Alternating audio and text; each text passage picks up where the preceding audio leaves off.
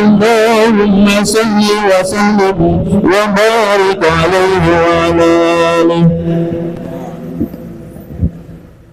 الفاتحة إلى روح سيدنا وحبيبنا وشفينا رسول الله محمد بن عبد الله وعلى آله وأصحابه وأزواجه وذريته وأهل بيته أجمعين، خصوصا إلى روح سيدنا أحمد بن عيسى المهاجر الفقيه المقدم محمد بن علي بعلوي وجميع سادات علي بعلوي وصولهم وفروعهم، وإلى حضرة النبي محمد صلى الله عليه وآله وبارك وسلم. الفاتحة. أعوذ بالله من الشيطان الرجيم. بسم الله الرحمن الرحيم. الحمد لله رب العالمين الرحمن الرحيم مالك يوم الدين. إياك نعبد وإياك نستعين. اهدنا الصراط المستقيم صراط الذين أنعمت عليهم غير المغضوب عليهم ولا الضالين. آمين. Assalamualaikum warahmatullahi wabarakatuh.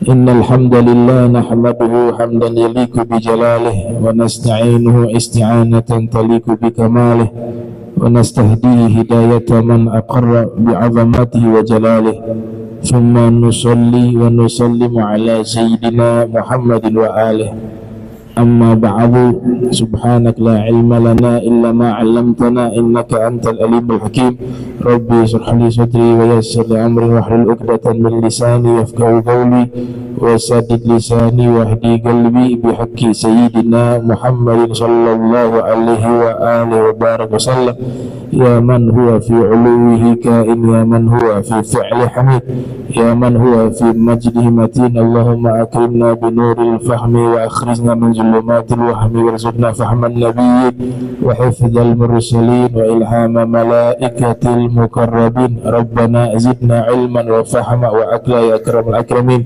بحق سيدنا محمد خاتم الأنبياء والمرسلين يا رحمن يا رحيم وصلى الله على سيدنا محمد وعلى آله وصحبه وبارك وسلم والحمد لله رب العالمين. قال المصنف رحمه الله ورضي الله تعالى عنه وارضاه ونفعنا به وبعلومه وأمدنا بأسراره وأعادنا من بركاته في دارين. رضي الله عنكم. Darajatul ibadah. Wakil inna lil ibadati thalatha darajat. Al-ula ay ya'tiya biha tam'an fi thawab wa haraban min al-iqab. Al-thaniyah ay ya'tiya biha liyatasharrafa bi ibadati khaliqihi wa yataladhdhu bi ta'atihi. Al-thalithah ay ya'tiya biha haya'an min Allah wa imtithalan li amrihi wa ta'diyatan li syukrihi wa yara nafsahu muqassira wa yakunu qalbuhu ma'a dhalik khaifan wa hadhihi a'lal maratib. Alhamdulillah, puji syukur kehadirat Allah, salawat salam senantiasa tercurahkan kepada junjungan mulia Nabiuna Muhammad sallallahu alaihi wa alihi wasallam beserta seluruh keluarga beliau, sahabat beliau dan umat beliau yang senantiasa melaksanakan ajaran beliau hingga akhir masa nanti. Yang sama-sama kami muliakan Imam Masjid Muttaqin Aminun Cialbar, mata'anallahu ta'ala bituli hayati wa umrih wa nafa'ana bihi wa bi'ulumihi fitarain, dan seluruh pengurus Yayasan Masjid Al-Muttaqin yang insyaallah dirahmati oleh Allah subhanahu wa ta'ala, hadirin hadirat yang insyaallah dimuliakan Allah subhanahu wa ta'ala. Alhamdulillah, kita kembali melanjutkan kajian kita tentang syarah dari hadis Al-Arba'in An-Nawawiyah. Darajatul ibadah, tingkatan-tingkatan ibadah. Inna lil ibadati thalatha darajat. Sesungguhnya ibadah itu ada 3 tingkatan, ada 3 derajat. Al-ula, yang pertama, an ya'tiya biha tama'an fi thawab wa haraban minal iqab. Melakukan ibadah karena ingin mencari pahala dan takut dari hukuman. Haraba itu artinya kabur, minal iqab, daripada hukuman atau sanksi. Jadi semua ibadah yang dia lakukan tujuannya adalah ingin mendapatkan pahala, yaitu ingin masuk surga dan ingin dirinya terhindar daripada neraka. Nah, jenis pertama ini Al-Imam Ali Zainal Abidin Ibn Husain alaihi salam, beliau pernah mengatakan bahwa ibadah yang semacam ini disebut dengan ibadahnya pedagang, ibadatut tujar, yaitu melakukan ibadah hanya untuk mencari keuntungan, walaupun ibadah tersebut yang dilakukan diterima oleh Allah, Jadi tidak ada larangan seseorang beribadah atau melaksanakan perintah Allah Subhanahu wa ta'ala dengan tujuan ingin mendapatkan pahala, gak ada larangan. Atau hanya untuk ingin mencari surga, atau takut masuk ke dalam neraka, masih dinyatakan ibadah yang ikhlas, yang diterima oleh Allah Subhanahu wa ta'ala. Tapi levelnya level terendah, level terendah. Yang kedua, athaniya ayyatiya biha liyatasharrafa bi'ibadati khaliqihi wa yatalazzazu bi ta'atihi, melakukan ibadah untuk ingin mendapatkan kemuliaan dengan sebab ibadahnya itu kepada Allah Subhanahu wa ta'ala, mendapatkan kemuliaan di sisi Allah. Jadi ibadahnya sudah tujuannya taqarrub, at-taqarrub ilallah. At-taqarrub itu ingin mendekat kepada Allah. Cara untuk seorang hamba bisa dekat kepada Allah dengan cara ibadah.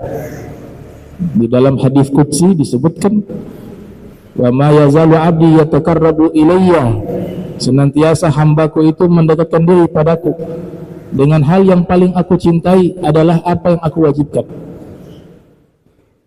Kemudian dia menambah lagi dengan sunnah, yataqarrabu ilayya bin nawafil hatta uhibbahu. Yang wajib dia sudah laksanakan, ditambah lagi dengan ibadah sunnah. Semua ibadah sunnah dia berusaha mengamalkan dengan dasar kecintaan kepada Allah, sampai puncaknya hatta uhibbahu, kata Allah, sampai pada akhirnya aku Allah mencintai dia. Nah, ini tujuan ibadah yang tertinggi, yang level kedua. Dia beribadah untuk meraih apa? Kemuliaan di sisi Allah Subhanahu wa ta'ala.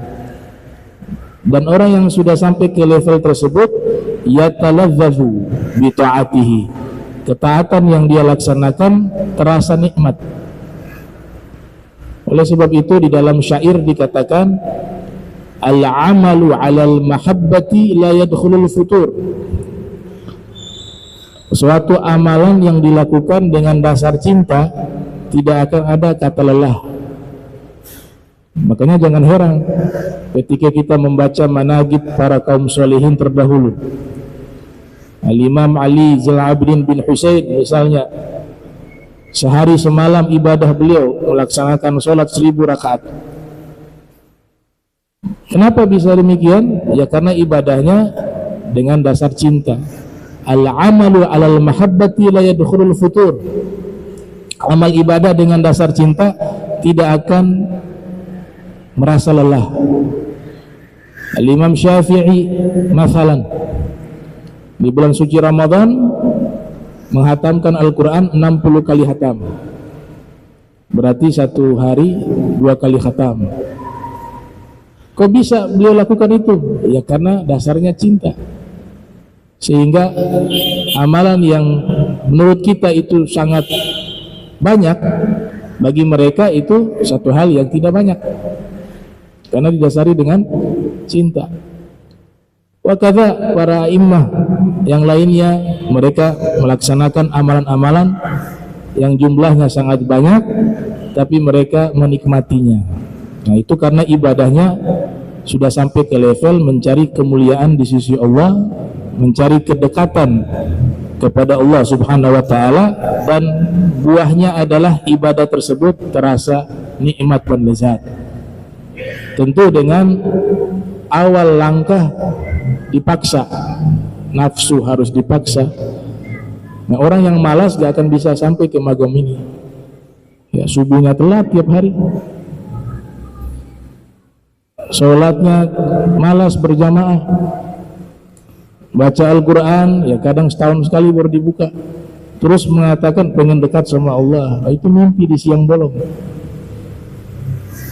Ibadah kedekatan tersebut itu sesuatu yang harus, kalau seorang hamba ingin dekat kepada Allah, harus melakukan ibadah. Nah, ibadahnya nanti dibagi dua. Ada ibadah yang sifatnya ritual ibadah, kepada Allah, ada ibadah sosial, berbuat baik kepada manusia. Ini bagaikan dua sayap. Burung kalau punya satu sayap, dia gak akan bisa terbang. Burung itu bisa terbang jika dia memiliki dua sayap. Sayap pertama ibadah kita baik kepada Allah, sayap kedua perilaku kita baik kepada manusia. In ahsantum ahsantum li anfusikum. Jadi ada zauq, ibadah itu ada rasa kalau sudah di level kedua. Kalau level pertama gak akan dapat rasa dalam ibadah, hanya sebatas menggugurkan kewajiban. Ya kenapa? Karena takut neraka. Ya sudah, saya laksanakan biar terhindar dari neraka. Akhirnya secara tidak sadar ibadahnya itu hanya sekedar menggugurkan kewajiban. Nah, ibadah yang semacam ini jika kita hanya berada di level itu, maka ibadah kita hatta umur kita sudah 70 tahun, 80 tahun gak akan bisa merasakan kenikmatan ibadah. Karena ibadah kita hanya sekedar menggugurkan kewajiban. Sebab motivasinya yang penting jangan masuk neraka, yang penting masuk surga. Sehingga dia hanya sekedar menggugurkan kewajiban. Tapi kalau level kedua, ingin dekat dengan Allah, at-taqarrub ilallah. Nah ini luar biasa level kedua ini. Level ketiga lebih hebat lagi, lebih tinggi lagi magomnya. An ya'tiya biha hayaan minallah wa imtithalan li amrihi. Dia melaksanakan seluruh ibadah karena malu pada Allah. Allah telah berikan banyak nikmat pada kita. Masa nikmatnya Allah yang Allah berikan kita gunakan untuk melawan perintahnya? Malu. Dan ingin melaksanakan perintah Allah sebagai bentuk syukur. Dan dia bukan mencari surga, bukan juga menghindar dari neraka dalam ibadahnya, tapi dia melaksanakan karena rasa malunya kepada Allah dan rasa syukurnya kepada Allah Subhanahu wa ta'ala. Dia melaksanakan itu karena syukur dan selalu melihat dirinya kurang. Ibadah yang sudah luar biasa seperti itu yang dia lakukan, yara nafsahu muqassira, tapi senantiasa dia melihat ibadahnya belum sempurna, masih saja kurang. Wa yakunu qalbuhu ma'a dzalika khaifan, dan hatinya senantiasa khawatir meninggal su'ul khatimah. Padahal dengan ibadahnya yang luar biasa, mereka rasa takutnya kepada Allah juga sangat luar biasa. Ya. Al-Imam Ali bin Abi Thalib karramallahu wajhahu, itu ada yang menukil doa beliau. Beliau itu senantiasa berdoa dengan menyatakan bahwa wa ana minaz zalimin, saya ini termasuk hamba yang zalim. Dalam satu riwayat beliau mengatakan, kasihan diri saya, qillatuz zat wa safar at-tawil, bekal amal saya sedikit, perjalanan saya panjang. Padahal beliau ini sudah dapat jaminan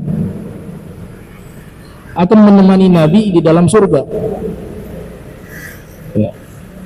Ana madinatul ilm wa aliyun babuha. Saya pernah bertanya kepada salah seorang kiai, Allah yarham, Kiai Salim. Kiai Salim ini kiai sepuh yang ada di Subaim. Guru beliau ada Syekh Abdul Malik, sama seperti gurunya Habib Lutfi bin Yahya. Ketemu juga Al-Habib Abdul Qadir di Malang, Al-Habib Soleh Tanggul. Pokoknya guru-guru sepuh-sepuh. Saya pernah tanya tafsiran hadis Nabi, ana madinatul ilm wa aliyun babuha. Saya kotanya ilmu dan Imam Ali adalah pintunya ilmu. Kata beliau, itu yang dimaksudkan di situ adalah saya Nabi Muhammad sallallahu alaihi wasallam adalah pemilik kota-kota di surga, dan Imam Ali adalah pintu masuk ke surga. Artinya yang megang kunci Nabi sudah serahkan kepada Sayyidina Ali. Di dalam sudah ada Nabi di surga. Dengan semua istana yang ada di surga itu hak milik Nabi. Nanti Nabi bagi. Tapi kuncinya ada di tangan Imam Ali bin Abi Thalib. Jadi tidak mungkin orang yang tidak punya cinta kepada Imam Ali dia bakal masuk surga. Sebab kuncinya ada di tangan Imam Ali. Ini tafsiran beliau, Kiai Allahyarham, Kiai Salim. Dan yang punya kota di situ adalah Nabi Muhammad SAW. Tapi lihat bagaimana yara nafsahu muqassirah. Doanya selalu merasa kurang. Itu ciri-ciri para aulia. Para aulia itu paling merasa banyak kesalahan, banyak dosa. Dan mereka gak melihat amal ibadahnya. Dirasa gak ada amalan yang dilakukan. Saking rasa takutnya kepada Allah Subhanahu wa ta'ala. Selevel Sayyidina Ali mengatakan bekal saya sedikit. Kalau pakai standar Imam Ali bekalnya sedikit, kalau bekal kita apa? Kalau bekal beliau katakan sedikit. Lantas kalau kita, bagaimana bekal kita? Perjalanan panjang. Ya, maksud beliau perjalanan panjang, bekal sedikit. Perjalanan panjang karena setelah wafat kita itu proses kehidupan selanjutnya sangat panjang. Ada alam barzakh. Alam barzakh kita menanti sampai kapan di dalam kubur? Sampai hari kebangkitan. Min waraihim barzakhun ila yaumi yub'atsun. Setelah itu sudah bangkit dari hari kebangkitan, kita wajib percaya adanya hari kebangkitan. Sebab Allah Ta'ala menyebutkan di dalam Al-Quran, bangkit dalam keadaan ruh dan jasad di hari kebangkitan. Sebagaimana pernyataan Nabi Isa alaihissalam, wassalamu alayya yawma wulidtu wa yawma amutu wa yawma ub'atsu hayya. Saya akan dibangkitkan dalam keadaan hidup. Jadi semua para nabi pasti menyampaikan kepada umatnya tentang hari kiamat. Yang kita kenal dengan rukun iman, semua dari Nabi Adam hingga Nabi kita Muhammad sallallahu alaihi wasallam pasti akan menyampaikan hal tersebut kepada umat mereka. Karena dia bagian daripada keimanan. Dalam satu riwayat penantian, ini waktu bangkit, kita bangkit ini disebutkan dalam riwayat sesuai keadaan akhir wafatnya kita. Kalau lagi sholat, sujud, meninggal dunia, posisinya sujud. Bangkit di hari kiamat, posisinya sujud. Lagi baca Al-Quran, ketika membaca Al-Quran meninggal dunia. Bangkit di hari kiamat dengan membaca Al-Quran. Begitu seterusnya. Nah itu disebutkan yamutul mar'u ala ma 'asha alaih wa yub'atsu anhu ala ma mata alaih. Wafatnya seseorang tergantung hidupnya. Jika antum menghitung umur aktivitas antum sehari-hari, ternyata dihitung lebih banyak baiknya, insya Allah meninggalnya keadaan baik.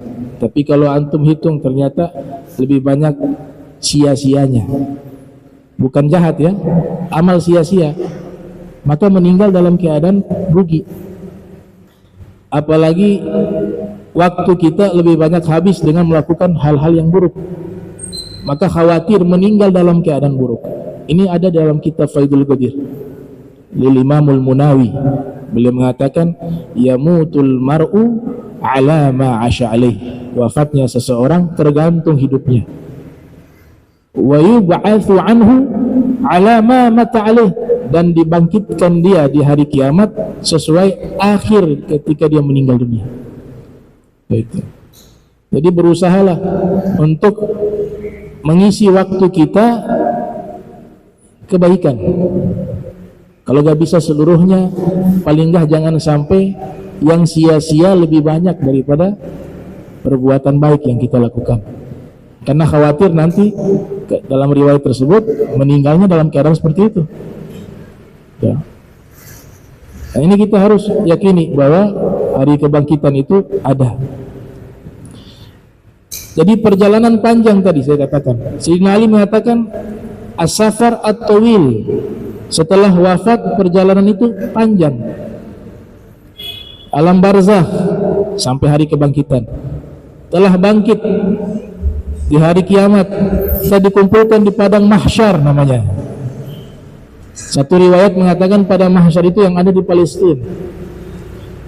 Dihancurkan alam semesta ini, kemudian Allah jadikan satu tempat yang baru lagi. Di tempat itu dinamakan mahsyar, semua manusia berkumpul di tempat tersebut. Fir riwayah, penantiannya menanti keputusan Allah selama 300 sana, 300 tahun. Itu 300 tahun berdiam diri di situ menunggu keputusan Allah. Karena setelah itu nanti kita akan diproses yang namanya timbangan amal. Wajib mengimani timbangan amal, mizan. Ya, fa amma man thaqulat mawazinuhu. Allah sebut ada namanya mawazin, timbangan. Kalau amal baik berat, dia selamat, masuk surga. Kalau amal jahatnya lebih berat, maka dia celaka, masuk neraka. Timbangannya di akhirat menurut para mutakallimun di dalam kitab-kitab mereka, kalau di dunia berat timbangannya ke bawah, kalau di akhirat timbangannya berat dia ke atas.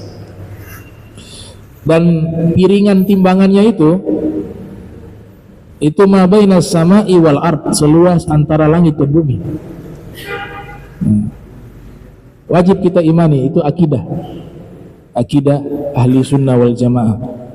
Ada namanya hisab, perhitungan,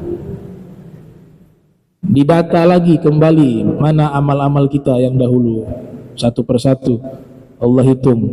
Nah, orang yang sudah meminta ampun di dunia dihapus sama Allah, kemudian diberikan kitab. Orang yang baik terima kitab dengan tangan kanan. Fa amma man utiya kitabahu biyamini, siapa yang terima kitabnya dengan tangan kanannya dia selamat. Wa amma man utiya kitabahu bishimali, ada orang yang terima dengan tangan kiri, celaka. Ada juga yang terima lewat dari belakang punggungnya, itu juga celaka. Dan timbangannya, kitabnya itu sangat lengkap, semua data ada di situ, semua amal kita. Itu di surat Al-Kahf disebutkan, la yughadiru saghiratan wala kabiratan illa ahsaha, tidak terlewatkan sesuatu yang sangat kecil maupun besar, melainkan semuanya tertulis di kitab tersebut. Nah, setelah itu baru kalau lolos masih ada sirat. Jadi Sayyidina Ali mengatakan as-safar at-tawil itu benar-benar perjalanan itu sangat panjang. Tapi kita jangan khawatir kalau memang insya Allah meninggal baik, husnul khatimah, ya, setelah panjang umur, wasihat wal afiyah. Proses itu terasa singkat, tidak memberatkan. Nabi Shallallahu Alaihi Wasallam mengumpamakan seperti orang yang baru nikah, malam pengantin tahu-tahu sudah pagi, sudah masuk surga. Tapi yang celaka adalah orang yang meninggal dalam keadaan sul khotimah. Dia merasa itu sangat panjang waktu tersebut, sampai-sampai di dalam kubur dia diazab. A'udzubillah min dzalik. Di dalam kuburnya dia bilang, ya Rob, saya tidak kuat lagi diazab dalam kubur, segerakan saya masuk ke neraka saja. Padahal neraka lebih parah daripada azab kubur. Itu. Nah, sebab itulah Nabi mengijazahkan kepada kita, khususnya sholat ba'da sholat maghrib dan ba'da sholat subuh, jangan tinggalkan zikir tersebut. Allahumma ajirna minan nar. Kalau kita rame-rame baca, kalau sendiri Allahumma ajirni minan nar, dibaca sebanyak 7 kali. Jadi neraka ketika Allah ciptakan, neraka itu api. Saking panasnya dirinya merasa kepanasan. Sampai dia sendiri juga berdoa, Allahumma inni a'udzubika minan nar. Neraka berdoa, ya Allah, aku berlindung padamu dari api, dari diriku yang panas ini. Nah, maka Imam Ali mengatakan as-safar at-tawil, perjalanan yang panjang itu benar-benar perjalanan yang sangat panjang setelah meninggal dunia. Tapi kalau orang yang meninggal baik, husnul khotimah, itu terasa singkat, tidak mengalami kesusahan.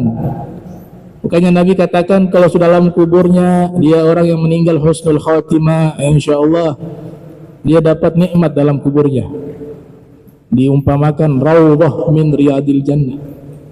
Al-qabru imma raudhah min riyadil jannah au hufratun min hufari niran. Kuburan itu bisa jadi taman surga. Nikmat di situ. Dia akan merasakan tuh waktu tahu-tahu hari kiamat. Bangkit dia. Prosesnya dipermudah sama Allah. Makanya dalam doa kita diajarkan oleh para masyayikh, jangan minta doa dihisab sama Allah dengan hisab yang ringan, tapi mintalah masuk surga tanpa hisab. Allahumma adkhilni al-jannata bighairi hisab. Ya Allah, masukkan saya ke dalam surga tanpa ada perhitungan. Jangan gunakan sigah doa Allahumma hasibni hisaban yasirah. Ya Allah, hisablah saya dengan hisab yang ringan. Gak ada hisab yang ringan. Nabi katakan man husiba udziba. Siapa yang dihisab di hari kiamat, hakikatnya dia sedang diazab. Kata Sayyidah Aisyah, kalau dalam Al-Quran disebutkan orang-orang penghuni surga dihisab dengan hisab yang ringan, kata Nabi itu bukan hisab, tapi itu al-arad. Al-arad itu adalah apa? Presentasi amal soleh, bukan hisab. Kalau hisab berat. Maka Nabi ajarkan doa, kalau minta kepada Allah, mintalah sesuatu yang paling terbaik. Jangan ukur dengan amal kita. Kalau amal kita pasti kita malu minta itu. Masa ya Allah, saya minta surga Firdaus, tapi kita tahu amal kita ini gak pantas sebenarnya. Sebagaimana doanya Abu Nawas sih. Ya. Gimana doanya? Ilahi lastu Firdausi ahla wala agwa ala nari jahimi fahabli taubatan wa fil zunubi fa inna ghafiru dzanbil azimi. Wahai Allah, saya tahu saya ini gak pantas di surga. Kita belajar dari doanya beliau. Surga Firdaus bagi saya gak pantas, tapi saya juga gak kuat di neraka. Maka ampunilah seluruh dosa-dosa saya, karena yang mampu mengampuni seluruh dosa hanya Engkau. Kata para Syekh Abu Habsyaroni mengatakan, berkat doa tersebut Allah ampuni seluruh dosanya dan dimasukkan dia ke dalam surga. Nabi ajarkan minta surga jangan tanggung-tanggung, minta langsung Firdaus. Idza sa'altum Allaha al-jannata fas'aluhu al-firdaus al-a'la. Kalau kalian meminta pada Allah surga, mintalah kepada Allah surga Firdaus. Nabi mengajarkan optimis, dilarang kita pesimis.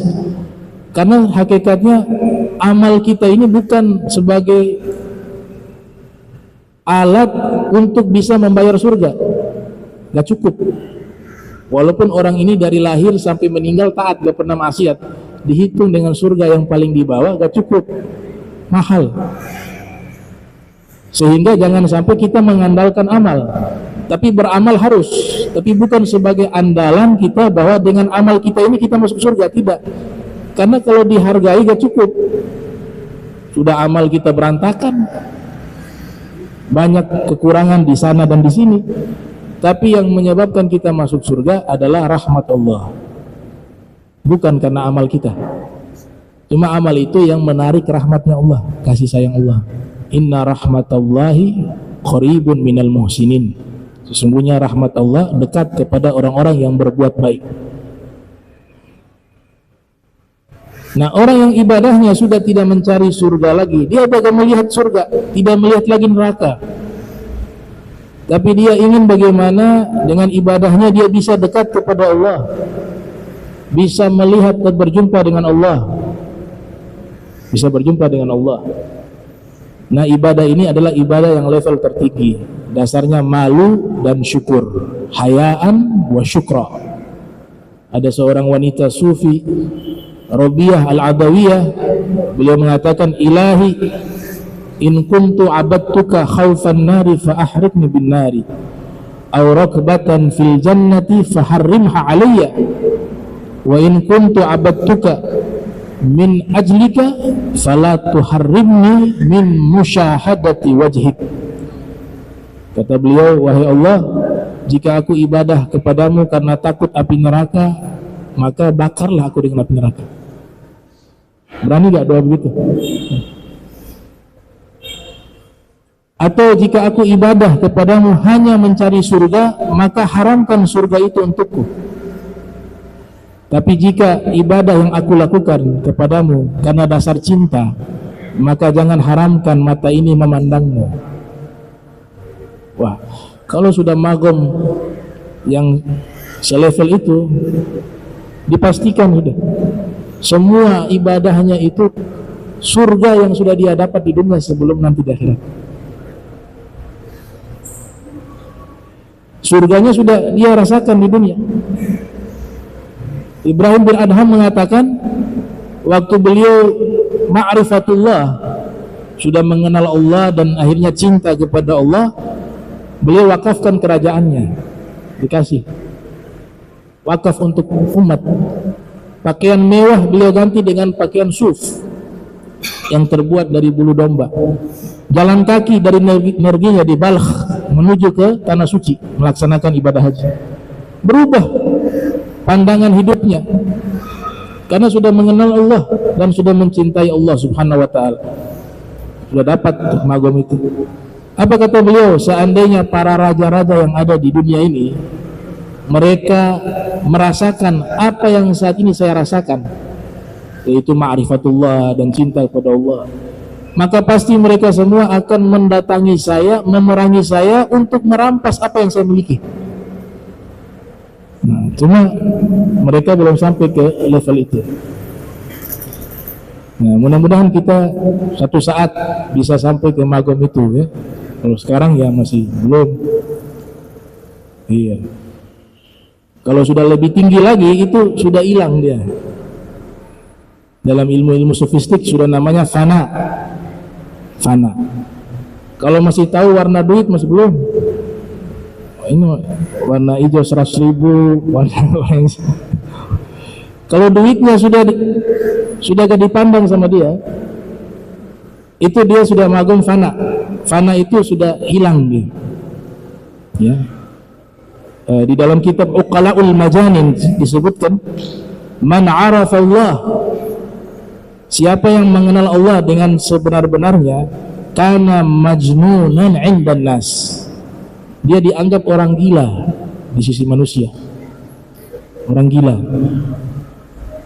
Wa man arafa nafsahu kana dhalilan 'indan nas, dan siapa yang sudah mengenal dirinya, maka pasti dia selalu merasa hina di sisi manusia.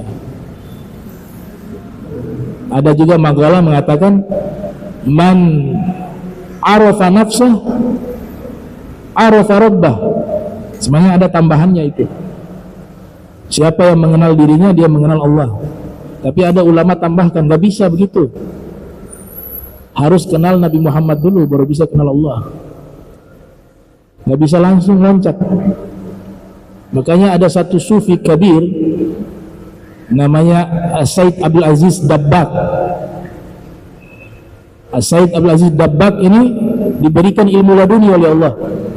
Tidak bisa baca, tidak bisa tulis, tapi alim. Bahkan fatwa-fatwanya itu dikumpulkan dalam kitab Al-Ibris. Beliau mengatakan, innal abda la ya'rifu Allah hatta ya'rifa sayyidal wujud. Seorang hamba itu la ya'rifu Allah, dia tidak akan mungkin bisa mengenal Allah hatta ya'rifa sayyidal wujud, kecuali dia mengenal terlebih dahulu Nabi Muhammad SAW. Wala ya'rifu sayyidal wujud hatta ya'rifa syaikhahu, dan dia tidak akan bisa mengenal Nabi Muhammad SAW kecuali dia mengenal gurunya terlebih dahulu. Wala ya'rifu syaikhahu hatta yamutan nas, dan dialah tidak mengenal kepada gurunya kecuali semua manusia itu mati dalam pandangan matanya. Yang dia lihat hanya gurunya.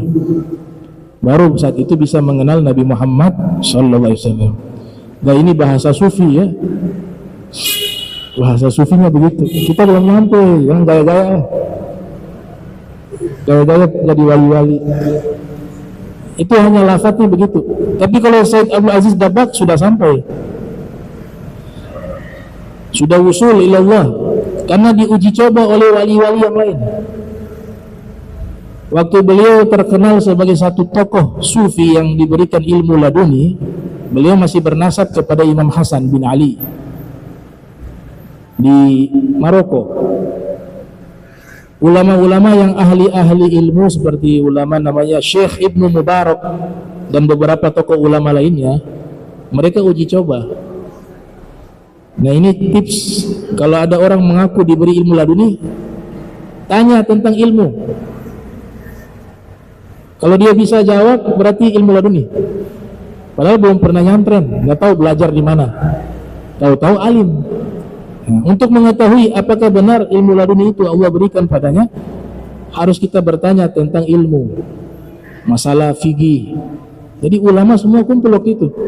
Ulama fikih kumpul, ulama tafsir, ulama hadis, ulama sejarah, sirah nabawiyah, datang menemui Said Abdul Aziz Dabbagh. Ulama fikih tanya tentang masalah fikih, beliau tutup mata, dijawab sesuai dengan ilmu, nggak ada yang meleset. Mazhab apa? Mazhab Hanafi begini, mazhab Maliki jawabannya begini, mazhab Syafi'i jawabannya begini, mazhab Hambali jawabannya begini. Kalau mazhab saya jawabannya begini. Mana ulama tafsir? Ditanya tafsir. Ayat ini tafsirnya apa? Beliau sebut dengan rujukan. Dalam tafsir Tobari begini tafsirnya, dalam tafsir Qurtubi begini, dalam tafsirnya Imam Bagawi begini, dalam tafsirnya fulan wa fulan begini. Selesai beliau bilang, kalau tafsirnya saya begini. Mana yang ahli sejarah? Tanya. Semua tanya satu persatu. Akhirnya sepakat ilmu laduni. Sebagian keterangan beliau dikumpulkan oleh muridnya yang tadinya ulama yang menguji. Namanya Syekh Ibnu Mubarak. Bukan Abdullah bin Mubarak. Bukan. Syekh Ibnu Mubarak akhirnya menghimpun keterangan-keterangan dari Said Abdul Aziz Dabbagh, dimasukkan ke dalam kitab yang beliau beri judul Al-Ibris min Kalami Sayyidi Abdul Aziz. Itu ilmu laduni. Ada juga dahulu sebelum masanya Said Abdul Aziz Dabbagh, namanya Syekh Ali Al-Khawas, gurunya daripada Said Abdul Aziz, Said Abdul Wahab Asy-Sya'rani.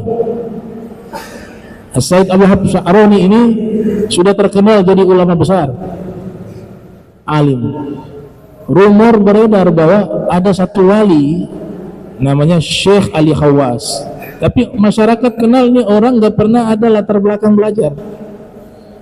Dia tukang buat keranjang kurma, ada pelepah kurma dibuat jadi keranjang, namanya Khawas.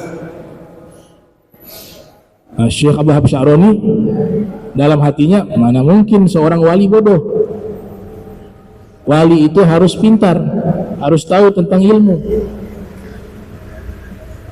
Beliau datang ke pasar, sengaja berdiri di samping toko atau rukonya Syekh Ali Khawas dengan mengutip maqalah ulama, mattakhadallah min waliyin jahilin qat. Allah tidak mungkin mengangkat seorang wali yang bodoh. Ucapan itu sengaja diperdengarkan kepada Syekh Ali Khawas. Besok harinya begitu lewat lagi di Mesir ya, Di samping tokohnya Syekh Al-Khawas, beliau mengutip lagi ucapan tersebut, mattakhadallah min waliyin jahilin khot. Allah tidak mungkin mengangkat seorang wali itu bodoh. Beliau faham nih, oh ini yang dia ucapkan nyindir saya nih.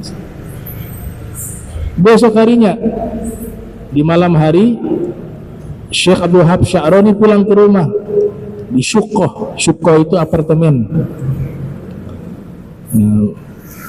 Masuk ke rumah, istrinya memerintahkan jadi kuda-kudaan. Mau naik ke atas, kamu harus jadi kuda. Tuh. Saya naik di atas, kamu posisinya seperti kuda. Malu nih ulama besar, muridnya banyak, karyanya banyak, disuruh jadi kuda sama istri.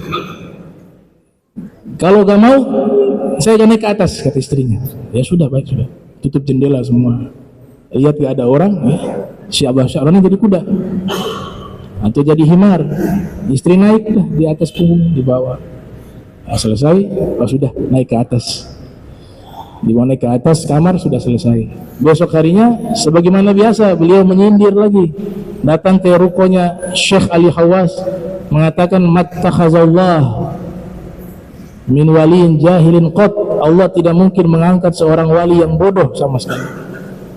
Kemudian dijawab oleh Syekh Ali Khawas, mattakhazallah min waliyin jahilin qat lawit takhadahu la'allamah. Seandainya Allah angkat, pasti Allah ajarkan wali yang bodoh itu hingga jadi pintar. Wahai himar. Ditambah kata di belakang, wahai himar. Terkejut dia. Maksudnya apa itu himar? Diceritakan oleh Syekh Al-Khawas, kif antum ulama besar harus taat sama istri jadi kuda-kudaan dalam rumah. Wah, ini dia tahu aib besar nih, tolong. Dari mana kau tahu nih? Saya kunci jendela, lihat gak ada orang. Dia bilang, saya tahu, saya lihat kamu. Gitu. Wah, ini wali. Nah, kemudian diajarkan, kalau begitu kamu mau belajar sama saya kasih ilmu yang kamu tidak dapat di kitab. Tapi syarat pertama kau bersihkan hati kamu. Jadi gelas kosong. Saat ini kamu ulama besar, tapi kalau mau belajar jadi gelas kosong, gak ada apa-apa yang kamu bawa. Baru saya kasih kamu ilmu. Ilmu yang tidak pernah kau pelajari. Akhirnya belajar. Padahal Syekh Abdul Wahab Sya'rani sudah jadi imam besar waktu itu. Belajar kepada Syekh Ali Khawas, diajarkan ilmu-ilmu yang luar biasa. Dari kumpulan keterangan itu, beliau kumpul jadi satu kitab berjudul Durarul Ghawwas min Fatawa Syekh Ali Khawas. Situ adalah keterangan ilmu dari sang guru Syekh Ali Khawas, ya, seorang imam besar, seorang wali yang menutup dirinya sehingga tidak dikenal oleh orang banyak. Yang terkenal justru muridnya Syekh Abdul Wahab Asy-Sya'rani. Dan masih banyak tokoh-tokoh ulama yang memiliki guru seperti itu, termasuk Syekh Abdul Qadir Al-Jilani. Itu guru yang membuka hijab beliau, penjual sirup, dikenal sebagai penjual sirup, namanya Syekh Ad-Dabbas, jual sirup di pasar. Ternyata itu guru yang membuka tabir keilmuannya Syekh Abdul Qadir Jilani, salah satu guru. Ya, gurunya banyak, salah satunya adalah namanya Syekh Ad-Dabbas. Intinya di hati lagi kembali. Seorang kalau sudah merasa hebat, maka dia terhijab. Dia gak akan bisa melihat bahwa ada orang-orang yang hebat, yang lebih hebat dari dia, yang tersembunyi, sekalipun tidak terkenal. Dan itu semua daripada sirrun min asrarillah, rahasianya Allah subhanahu wa ta'ala. Allahumma ja'al jam'ana hadha jam'an marhuma wa tafarraqna min ba'dihi tafarrukan ma'suma wa la tajal minna wa la minna syakila mahruma. Subhanaka bihamdika asyhadu an tastaghfiruka wa atubu ilaih. Wa sallallahu ala sayyidina Muhammadin wa ala alihi wa sahbihi wa barik wa sallam. Wa la'afu minkum. Assalamualaikum warahmatullahi wabarakatuh.